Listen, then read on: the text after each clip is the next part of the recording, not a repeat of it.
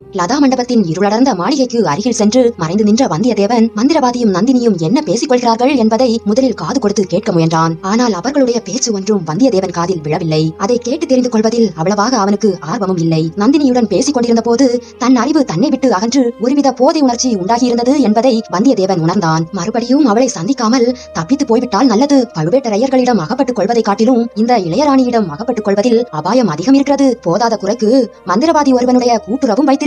இரண்டு பேரும் சேர்ந்து என்ன மாய மந்திரம் செய்வார்களோ? குந்தவை பிராட்டியிடம் தான் இவளுக்கு என்ன கோபம்? அந்த கோபம் இவளுடைய கண்களில் தீ பொறியாக வெளிப்படுகிறதே. ஒருவேளை மனதை மாற்றிக்கொண்டு பழுவேட்டரையரிடம் தன்னை பிடித்துக் கொடுத்தாலும் கொடுத்து விடலாம்.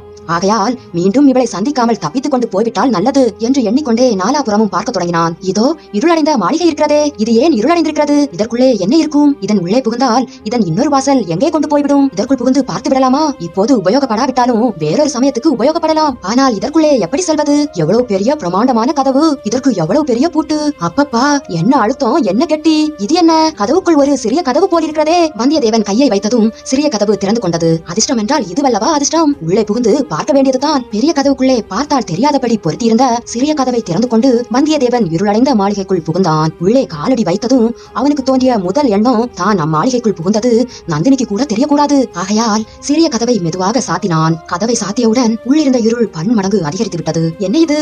ஒரே இருட்டாக இருக்கிறதே. சும்மா நிற்பதற்கு பதில் கொஞ்சம் நடந்து பார்க்கலாம். கையை முன்னால் நீட்டிக்கொண்டே வந்தியத்தேவன் மெதுவாக நடக்க தொடங்கினான். சிறிது தூரம் சென்றதும் மண்டபத்தினுள் வெளிச்சம் வர தொடங்கியது. தன் கண் முன்னால் தெரிந்த காட்சிகளை பார்த்து வந்தியத்தேவன் ஆனந்த அதிர்ச்சி அடைந்தான். வைரங்களும் முத்துக்களும் பொற்காசுகளும் நவரத்தினங்களும் மின்னின. இதுதான் கஜானா போல் இருக்கிறது. தனாதிகாரி பழுவேட்டரையரின் மாளிகையின் அருகிலேயே இந்த பொக்கிஷ நிலவரையும் வைத்திருக்கிறார்கள். எப்படிப்பட்ட அபூர்வமான ரகசியத்தை நம்முடைய முயற்சி ஒன்றும் இல்லாமலேயே தெரிந்து கொண்டோமே. இதை எப்படி பயன்படுத்துவது அப்புறம் இருக்கட்டும். இங்கிருந்து போவதற்கே மனம் வராது போல் இருக்கிறதே. இங்கேயே இருந்தால் பசிதாகம் தெரியாது. கஜானாவில் பொக்கிஷம் எல்லாம் கரைந்து வருவது போல் அல்லவா பெரிய பழுவேட்டரையர் பேசினார். ஆனால் இங்கிருக்கும் பொக்கிஷங்களை கொண்டு பல ராஜ்யம் நடத்த முடியுமே. வந்தியத்தேவன் நிலவரையை சுற்றி சுற்றி வந்தான். அருகில் கிடந்த மணிமகுடங்களை தொட்டு பார்த்தான். இன்னொரு பக்கத்தில் கிடந்த ரத்தின கற்களை கையில் எடுத்து பார்த்தான். ஒரு மூலையில் தரையில் பளபளவென்று ஏதோ பரவலாக ஜொலிப்பதை கண்டு அங்கே சென்றான். முதலில் என்னவென்று தெரியவில்லை. பிறகு குறிந்து உற்று பார்த்தான். ஓர் எலும்புக்கூடு இருப்பதை பார்த்து அதிர்ச்சியுற்றான். இந்த எலும்புக்கூடு அசைகிறதே, உயிர் பெற்று எழுகிறதே, பொற்காசுகளைப் போலவே சத்தமிடுகிறதே.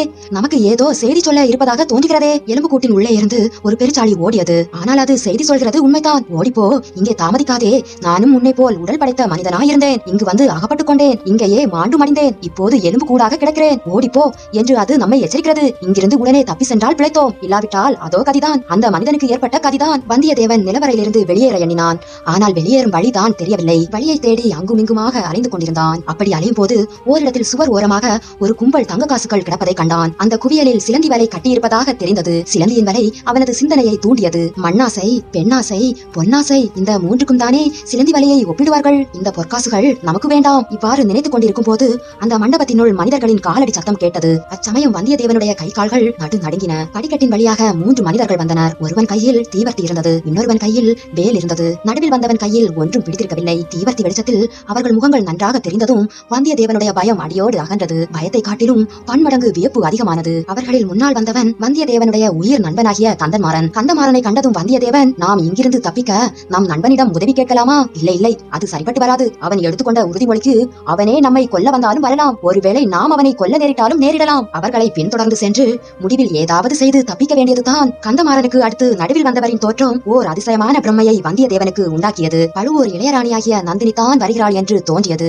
மறுகணமே அந்த பிரம்மை நீங்கி வருகிறவன் ஆண்மகன் என்று தெரிந்தது. கடம்பூர் சம்புவரையர் மாளிகையில் பார்த்த இளவரசர் மதுராந்தக தேவர் என்பதை அறிந்து கொண்டான். மூன்றாவதாக கையில் தீவர்த்தியுடன் வந்தவனை பல்லவரையன் முன்னால் பார்த்ததில்லை. அவன் வாசல் காவலனாகவோ அல்லது அரண்மனை பணியாளாகவோ இருக்க வேண்டும். அம்மூவரும் பாதாள வழியில் படிக்கட்டு ஏறி வருவதன் மர்மம் என்னவென்று வந்தியத்தேவனுக்கு புரிந்தது. பழுவூர் இளையராணி பல்லக்கில் ஏறி முதல் நாளே வந்துவிட்டாள். பெரிய பழுவேட்டரையர் அன்றிரவு தஞ்சை கோட்டைக்குள் திரும்பிவிட்டார். இருவரும் கோட்டை வாசல் வழியாக எல்லோருக்கும் தெரியும்படியாகவே வந்துவிட்டார்கள். ஆனால் மதுராந்தக தேவர் வெளியில் போனதும் தெரியக்கூடாது, திரும்பி வருவதும் தெரியக்கூடாது. அதற்காகவே இந்த ரகசிய சுரங்க வழியை பயன்படுத்திக் கொள்கிறார்கள். இன்னொரு புறத்தில் மற்றொரு தீவர்த்தி வந்தது. கூர்ந்து பார்த்ததில் பெரிய பழுவேட்டரையரும் அவருடைய இளையராணி நந்தினி தேவியும் வருகிறார்கள் என்பது தெரிந்தது. இந்த இரு கோஷ்டியாரும் சந்திக்கும் போது என்ன நடக்கும்? ஏதாவது விபரீதம் நடக்குமா? அல்லது ஒருவருக்கொருவர் வழிவிட்டு சமாதானமாக போய்விடுவார்களா? வந்தியத்தேவன் அந்த பரபரப்பில் மூச்சு விடுவதை கூட நிறுத்திக் கொண்டு கவனமாக பார்த்துக் கொண்டிருந்தான். இரு கோஷ்டியாரும் சந்தித்தார்கள். அவர்கள் தடுமாறி தயங்கி நின்றதிலிருந்து இரு தரப்பினருக்கும் அந்த சந்திப்பு வியப்பையும் திகைப்பையும் அளித்திருக்க வேண்டும் என்று தோன்றியது. ஆனால் விபரீதம் ஒன்றும் நேர்ந்திடவில்லை. பழுவேட்டரையர் கந்தன்மாறனை பார்த்து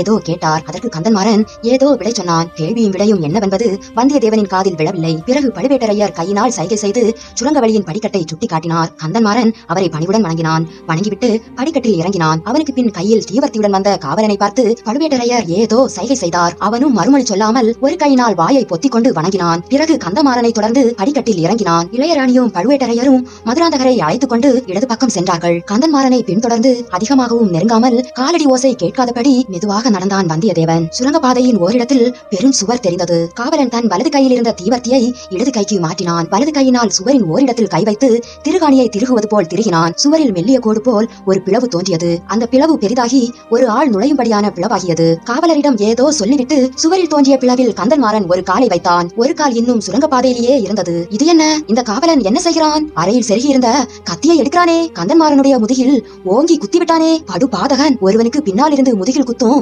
சண்டாளன். வந்தியத்தேவன் தான் ஒதுங்கி நின்று கொண்டிருந்த இடத்திலிருந்து வெளிவந்தான். ஒரே பாய்ச்சலாக பாய்ந்தான். அந்த சத்தத்தை கேட்டு காவலன் திரும்பினான். தீவர்த்தியின் ஒளி வந்தியத்தேவனின் முகத்தில் விழுந்தது. வந்தியத்தேவனுடைய முதல் எண்ணம் எப்படியாவது கந்தன்மாறனை காப்பாற்ற வேண்டும். ஆகையால் இந்த கொடூர காவலனை முதலில் சரிப்படுத்த வேண்டும். எனவே பாய்ந்து சென்றவன் காவலனுடைய கழுத்தில் தன்னுடைய ஒரு கையை சுற்றி வளைத்துக் கொண்டான். இன்னொரு கையால் தீவர்த்தியை தட்டிவிட்டான். தீவர்த்தி தரையில் விழுந்து அதன் ஒளிப்பிழம்பு சுருங்கி புகை அதிகமானது. காவலனுடைய கழுத்தை ஒரு இறுக்கு இறுக்கி வந்தியத்தேவன் தன் பலத்தையெல்லாம் உபயோகித்து அவனை கீழே தள்ளினான். காவலனுடைய தலை சுரங்கப்பாதையின் சுவரில் மோதி கீழே விழுந்தான். வந்தியத்தேவன் தீவர்த்தியை எடுத்துக்கொண்டு அவன் அருகில் சென்று பார்த்தான். காவலன் செத்தவன் போல் கிடந்தான். ஆயினும் முன்ஜாக்கிரதையுடன் தன் மேல் துண்டை எடுத்து இரண்டு கையும் சேர்த்து இறுக்கி கட்டினான். இவ்வளவும் சில வினாடி நேரத்தில் செய்துவிட்டு கந்தன்மாறனிடம் ஓடினான். அவன் முதுகில் குத்திய கத்தியுடன் பாதி உடம்பு சுரங்கப்பாதையிலும் பாதி உடம்பு வெளியிலுமாக கிடப்பதை கண்டான். அவனுடைய வேலும் பக்கத்தில் விழுந்து கிடந்தது. வந்தியத்தேவன் வெளியில் சென்று கந்தன்மாறனை பிடித்து இழுத்து வெளியேற்றினான். வேலையும் எடுத்துக்கொண்டான். உடனே கதவு தானாகவே மூடிக்கொண்டது. கந்தமாறனை தூக்கி வந்தியத்தேவன் தோளில் போட்டுக் கொண்டான். ஒரு கையில் கந்தன்மாறனின் வேலையும் எடுத்துக்கொண்டான். ஒரு அடி எடுத்து வைத்தான். சடசடவென்று மண் சரிந்து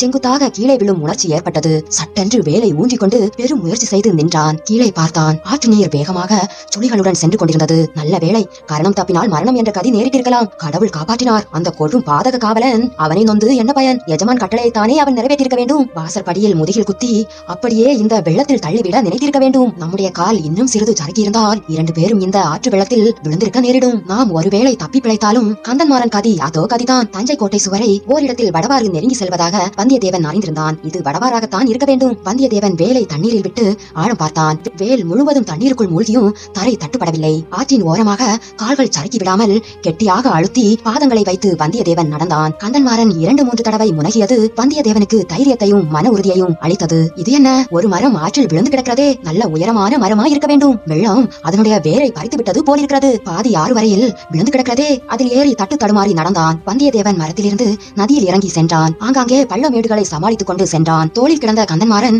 சில சமயம் நழுவி விழுந்துவிட பார்த்தான். இந்த அபாயங்களை எல்லாம் தப்பி வந்தியத்தேவன் அக்கறையை அடைந்தான். கொஞ்சம் தூரம் இடுப்பு வரை நனைந்த ஈர துணியுடன் கந்தன்மாறனுடைய கனமான உடலை தூக்கிக் கொண்டு தள்ளாடி சென்ற பிறகு மரநிழலில் ஓரிடத்தில் கந்தன்மாறனை கீழே மெதுவாக வைத்தான். அத்துடன் கந்தன்மாறனுடைய உடம்பில் உயிர் இருக்கிறதா என்பதை நிச்சயப்படுத்திக் கொள்ள விரும்பினான். உயிர் இருக்கிறது. பெருமூச்சு வருகிறது. நாடி வேகமாக அடித்துக் கொள்கிறது. நெஞ்சு விம்முகிறது. இப்போது என்ன செய்யலாம்? முதுகிலிருந்து கத்தியை எடுக்கலாமா? எடுத்தால் ரத்தம் பீரிட்டு அடிக்குமே. அதனால் உயிர் போனாலும் போய்விடும். காயத்துக்கு உடனே சிகிச்சை செய்து கட்டுக்கட்ட வேண்டும். ஒருவனாக செய்யக்கூடிய காரியம் அல்லவே. வேறு யாரை உதவிக்கு தேடுவது? சேந்தன் அமுதனுடைய நினைவு வந்தது. அவனுடைய தோட்டமும் வீடும் வடவாற்றின் கரையிலே தான் இருக்கிறது. இங்கே சமீபத்திலே தான் இருக்கக்கூடும். எப்படியாவது சேந்தன் அமுதனுடைய வீட்டுக்கு தூக்கி கொண்டு போய் சேர்த்தால் கந்தன்மாறன் பிழைக்க வழி உண்டு. ஒரு முயற்சி செய்து பார்க்கலாம். கந்தன்மாறனை மறுபடியும் தூக்க முயன்ற போது அவனுடைய கண்கள் திறந்திருப்பதை கண்டு வந்தியத்தேவன் வியப்பும் மகிழ்ச்சியும் கொண்டான். கந்தமாறா, நான் யார் தெரிகிறதா? தெரிகிறது. நன்றாய் தெரிகிறது. வல்லவரே நீ. உன்னை போல் அருமையான நண்பனை தெரியாமல் இருக்குமா? மறக்கத்தான் முடியுமா? பின்னால் நின்று முதுகிலே குத்தும் சிநேகிதன் அல்லவா நீ? வல்லவரையனே, இந்த கடைசி வார்த்தைகள் சவுக்கினால் அடிப்பது போல் இருந்தது. நானா உன்னை பின்னால் இருந்து குத்தினேன் என்று ஆரம்பித்தவன் ஏதோ ஞாபகம் வந்து சட்டென்று நிறுத்தினான். நீ குத்தவில்லை.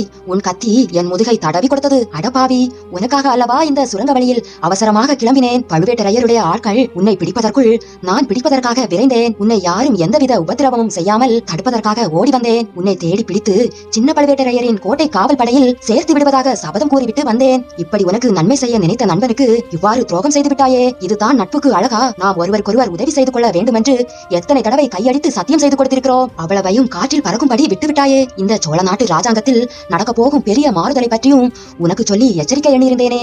இனி இந்த உலகத்தில் யாரைத்தான் நம்புவது என்று சொல்லி கந்தன்மாறன் மறுபடியும் கண்களை மூடினான். இவ்வளவு அதிகமாகவும் ஆத்திரமாகவும் பேசியது அவனை மீண்டும் மூர்ச்சை அடையும்படி செய்திருக்க வேண்டும். நம்புவதற்கு மனிதர்களா? இல்லை, பழுவேட்டரையர்களை நம்புவது என்று வந்தியத்தேவன் முணுமுணுத்தான். அவனுடைய கண்களில் கண்ணீர் துளித்தது. தான் சொல்ல எண்ணியதை சொல்லாமல் விட்டதே நல்லது என்று எண்ணிக்கொண்டான். கந்தன்மாறனுடைய உடலை மறுபடியும் தோளில் தூக்கி போட்டுக்கொண்டு நடக்கலானான். உண்டானான். இரவில் மலரும் பூக்களின் நறுமணம் வீசியது. சேந்தன் அமுதனுடைய வீடு சமீபத்தில் தான் இருக்க வேண்டும் என்று வந்தியத்தேவன் எண்ணியது வீண் போகவில்லை. விரைவில் தோட்டம் வந்தது. ஆனால் அந்த தோட்டம் முதல் நாள் பார்த்ததற்கும் இன்று பார்ப்பதற்கும் வித்தியாசம் தெரிந்தது. அனுமார் அளித்த அசோகவனத்தை போல் காட்சி அளித்தது. தன்னை தேடிக்கொண்டு பழுவேட்டரையரின் நாட்கள் இங்கே வந்திருக்கிறார்கள் போலிருக்கிறது. வந்தவர்கள் இத்தகைய அக்கிரமங்களை செய்துவிட்டு போயிருக்கிறார்கள். அடடா, சேந்தன் அமுதனும் அவனுடைய அருமை அன்னையும் எவ்வளவு அரும்பாடுபட்டு இந்த நந்தவனத்தை வளர்த்திருக்க வேண்டும். அவ்வளவும் பாழாய் போய்விட்டதே. நந்தவனம் அழிந்ததில் அனுதாபம் சட்டென்று விலகியது. தன்னுடைய அபாயகரமான நிலைமை நினைவு வந்தது. ஒற்றர்களும் கோட்டை காவல் வீரர்களும் இங்கே சமீபத்தில் எங்கேயாவது காத்திருந்தால் என்ன செய்வது? அவர்களை ஒரு கை பார்த்து சமாளிக்க வேண்டியதுதான். நல்ல வேளையாக அதோ நமது குதிரை கட்டிய மரத்திலேயே இன்னும் இருக்கிறது. ஒருவேளை தன்னை பிடிப்பதற்காகவே அதை விட்டு வைத்திருக்கிறார்களோ? இவனை இந்த குடிசையில் உள்ள நல்ல மனிதர்களிடம் ஒப்புவித்து விட்டு குதிரையில் ஏறி சென்று விட வேண்டியதுதான். இங்கே புறப்படும் குதிரை பழையாறை போய்தான் நிற்க வேண்டும். மெல்ல மெல்ல அடிமேல் அடி வைத்து குடிசை வாசலை அடைந்தான். வாசல் திண்ணையில் படுத்திருந்த சேந்தன் அமுதனை தட்டி எழுப்பினான். தூக்கி வாரி போட்டுக்கொண்டு எழுந்த அமுதனுடைய வாயை பொத்தினான். பிறகு மெல்லிய குரலில், தம்பி, நீதான் எனக்கு உதவி செய்ய வேண்டும். பெரிய சங்கடத்தில் அகப்பட்டுக் கொண்டிருக்கிறேன். இவன் என் அருமை சிநேகிதன், கடம்பூர் சம்புவரையர் மகன் கந்தமாறன். நான் வரும் வழியில் யாரோ இவனை முதுகில் குத்தி போட்டிருந்தார்கள். எடுத்து வந்தேன். படு பாவிகள், முதுகிலே குத்தியிருக்கிறார்களே, எப்பேற்பட்ட வீரர்கள் என்றான் அமுதன். அண்ணா, இவனை என்னால் முடிந்தவரை பார்த்துக் கொள்கிறேன். இன்று மாலையிலிருந்து கும்பல் கும்பலாக பல வீரர்கள் உங்களை தேடிவிட்டு போனார்கள். அவர்களால் நந்தவனமே அழிந்து போய்விட்டது. போனால் போகட்டும், நீங்கள் தப்பி பிழைத்தால் சரி. நல்ல வேளையாக உங்கள் குதிரையை அவர்கள் விட்டுவிட்டு போய்விட்டார்கள்.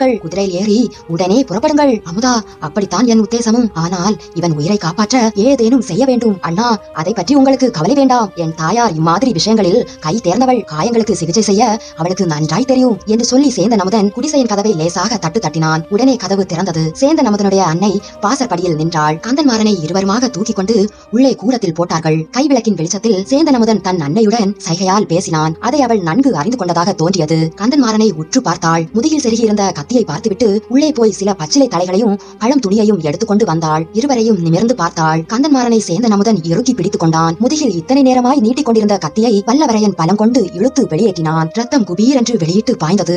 உணர்ச்சியற்ற நிலையில் கந்தன்மாறன் அலறினான். வந்தியத்தேவன் அவனது வாயை பொத்தினான். காயத்தை சேந்தன் அமுதன் அமுக்கி பிடித்துக் கொண்டான். அமுதனுடைய அன்னை பச்சிலை தலைகளை காயத்தில் வைத்து கட்டினாள். கந்தன்மாறன் மறுபடியும் முனகிக் கொண்டே இருந்தான். தூரத்தில் திடுதிடுவென்று மனிதர்கள் ஓடி வரும் சத்தம் கேட்டது. சீக்கிரம் போங்கள் என்றான் அமுதன். இரத்தக்கரை படிந்த கத்தியையும் வேலையும் கையில் எடுத்துக்கொண்டான் வந்தியத்தேவன். புறப்பட்டவன் தயங்கி நின்றான். தம்பி, நீ என்னை நம்புகிறாயா? நான் கடவுளை நம்புகிறேன். உன்னிடம் பிரியம் வைத்திருக்கிறேன். எதற்காக கேட்டாய்? எனக்கு ஓர் உதவி செய்ய வேண்டும். இந்த பக்கத்தில் எனக்கு அவ்வளவாக வழி தெரியாது. அவசரமாக பழையாறைக்கு போக வேண்டும். குந்தவை பிராட்டிக்கு முக்கியமான செய்தி ஒன்று கொண்டு போக வேண்டும். கொஞ்சம் தூரம் வழிகாட்டுவதற்கு வருகிறாயா? உடனே சேந்தன் அமுதன் தன் அன்னையிடம் ஏதோ ஜாடையாக சொன்னான். அவள் அதிக வியப்பு அடைந்ததாக தோன்றவில்லை. போய் வரும்படி சைகையால் தெரிவித்தாள். காயம் பட்டவளை தான் கவனித்துக் கொள்வதாக ஜாடை காட்டினாள். சேந்தனும் வந்தியத்தேவனும் புறப்பட்டு சென்றார்கள். முதலில் வந்தியத்தேவனும் பின்னால் சேந்தன் அமுதனும் குதிரை மேல் ஏறிக்கொண்டார்கள். குதிரையின் சத்தம் கேளாதபடி மெதுவாகவே வந்தியத்தேவன் செலுத்தினான். சற்று தூரம் போன பிறகு குதிரையை தட்டிவிட்டான். குதிரை பாய்ந்து சென்றது. குதிரை புறப்பட்ட அதே நேரத்தில் 5-6 வீரர்கள் குடிசைக்கு வந்து சேர்ந்தார்கள். கதவை தட தடவென்று தட்டினார்கள். அமுதனின் தாய் கதவை திறந்து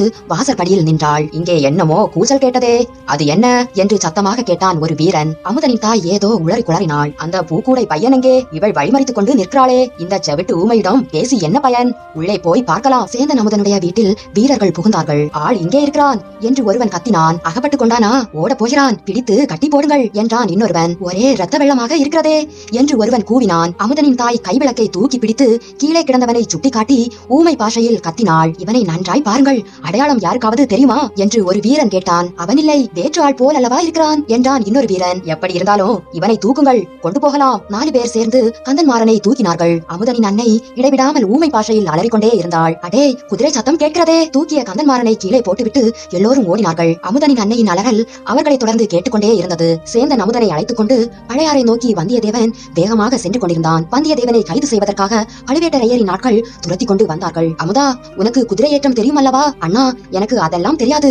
தேவாரம் பாடவும் பூமாலை தொடுக்கவும் தான் தெரியும். குதிரையின் காலடி சத்தம் நெருங்கி வருவதை கேட்ட வந்தியத்தேவன், அமுதா, எனக்கு ஓர் உதவி செய்வாயா? அண்ணா, நான் என்ன செய்ய வேண்டும்? அமுதா, அக்கறை நாம் சென்றதும் நான் கரையோரம் குதித்து ஏதாவது புதரில் மறைந்து கொள்கிறேன். அவர்கள் உன்னை கேட்டால் நான் உன்னை நட்டாற்றில் விட்டுவிட்டு ஆற்றில் குதித்து தப்பிவிட்டதாக நீ கூற வேண்டும். அண்ணா, என்ன உதவி வேண்டுமானாலும் கேளுங்கள், நான் செய்கிறேன். ஆனால் பொய் மட்டும் என்னால் சொல்ல முடியாது. அமுதா, அவர்கள் நம்மை நெருங்கிவிட்டார்கள்.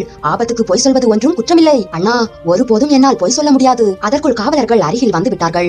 மேலும் நேரத்தை வீணடிக்க விரும்பாத வந்தியத்தேவன் ஆற்றில் குதித்தான். குதிரை சேந்தன் அமுதனின் கட்டுப்பாட்டை மீறி மூங்கில் காட்டுக்குள் ஓடியது. அப்போது சேந்தன் அமுதனின் குடுமி மூங்கில் கிளையில் மாட்டிக்கொள்ள அதற்குள் காவலர்கள் அவனை பிடித்து விட்டார்கள். சேந்தன் அமுதனை பழுவேட்டரையரின் நாட்கள் கைது செய்தார்கள். வெள்ளத்திலிருந்து தப்பிய வந்தியத்தேவன் நதிக்கரையோடு நடந்து சென்றான். வெகு தூரம் நடந்து களைத்து இரவு 3ஆம் ஜாமத்தில் ஒரு பாழடைந்த பழைய மண்டபத்தை அடைந்தான். வெளியில் நிலா மதியம் பட்டப்பகல் போல பிரகாசித்துக் கொண்டிருந்தது. மண்டபத்துக்குள்ளேயும் சிறிது தூரம் நிலா வெளிச்சம் புகுந்து பிரகாசப்படுத்திக் கொண்டிருந்தது. வெளிச்சமாய் இருந்த பகுதியை கடந்து இருளடைந்த பகுதிக்கு சென்று வந்தியத்தேவன் படுத்துக் கொண்டான். கண்ணை சுற்றி கொண்டு தூக்கம் வந்த சமயத்தில் வெகு சமீபத்திலிருந்து ஆந்தையின் அகோரமான குரல் வந்தது. பழுவூர் இளையராணியுடன் லதா மண்டபத்தில் பேசிக் கொண்டிருந்த போது அதே மாதிரி ஆந்தை குரல் கேட்டது அவனுக்கு நினைவு வந்து திடுக்கிட்டு எழுந்தான். வெளியில் போய்விடலாம் என்று எண்ணி 2 அடி நடந்தான். வெளியிலிருந்து யாரோ உள்ளே வரும் காலடி சத்தம் கேட்டது. இடிந்து விழுந்து கரடுமுரடா இருந்த தூண் ஒன்றை பிடித்துக் கொண்டு அதன் மறைவில் வந்தியத்தேவன் நின்றான். வெளியிலிருந்து வந்தவன் முகம் நிலா வெளிச்சத்தில் தெரிந்தது. பழுவூர் ராணியை பார்க்க வந்த மந்திரவாதி தான் அவன் என்பதை தெரிந்து கொண்டான். மந்திரவாதி வந்தியத்தேவன் மறைந்து நின்ற தூணை நோக்கியே வந்தான். தான் மறைந்திருப்பது அவனுக்கு தெரியாதென்றும் தன்னை கவனிக்காமல் மண்டபத்துக்குள்ளேயே போய்விடுவான் என்றும் வந்தியத்தேவன் நினைத்தான். தூணின் அருகில் வரும் வரையில் மெல்ல மெல்ல பூனை போல் நடந்து வந்த மந்திரவாதி திடீரென்று கோரமான குரலில் கூச்சல் போட்டுக்கொண்டு வந்தியத்தேவனுடைய கழுத்தை ஒரு கையினால் பிடித்து நெரித்தான். பனிமர முத்திரை மோதிரத்தை கொடுக்காவிட்டால் உன் கழுத்தை நெரித்து கொன்று விடுவேன் என்று கத்தினான். வந்தியத்தேவனுடைய கழுத்து முறிந்துவிடும் போல் இருந்தது. அவனுடைய விழிகள் பிதுங்கி வெளிவந்துவிடும் போல் இருந்தன. மூச்சு திணறியது. எனினும் மனதை திடப்படுத்திக் கொண்டான். அந்த பழைய தூணை ஒரு கையினால் அழுத்திக் கொண்டு ஒரு காலை தூக்கி பூரண பலத்தையும் உபயோகித்து ஓர் உதைவிட்டான். மந்திரவாதி ஓலமிட்டுக் கொண்டே கீழே விழுந்தான். அதே சமயத்தில் அந்த பழைய தூண் சரிந்து விழுந்தது. மேலே கூரையிலிருந்து கற்கள் விழுந்தன. வௌவால் ஒன்று படபடவென்று சிறகை அடித்துக் கொண்டு வெளியே சென்றது. அதைத் தொடர்ந்து வந்தியத்தேவனும் வெளியேறி ஓட்டம் பிடித்தான். ஓட்டம் பிடித்த வந்தியத்தேவன் சிறிது தூரம் வரையில் திரும்பி பார்க்கவே இல்லை. பின்னால் யாரும் தொடர்ந்து வரவில்லை என்று நிச்சயமான பிறகுதான் நின்றான்.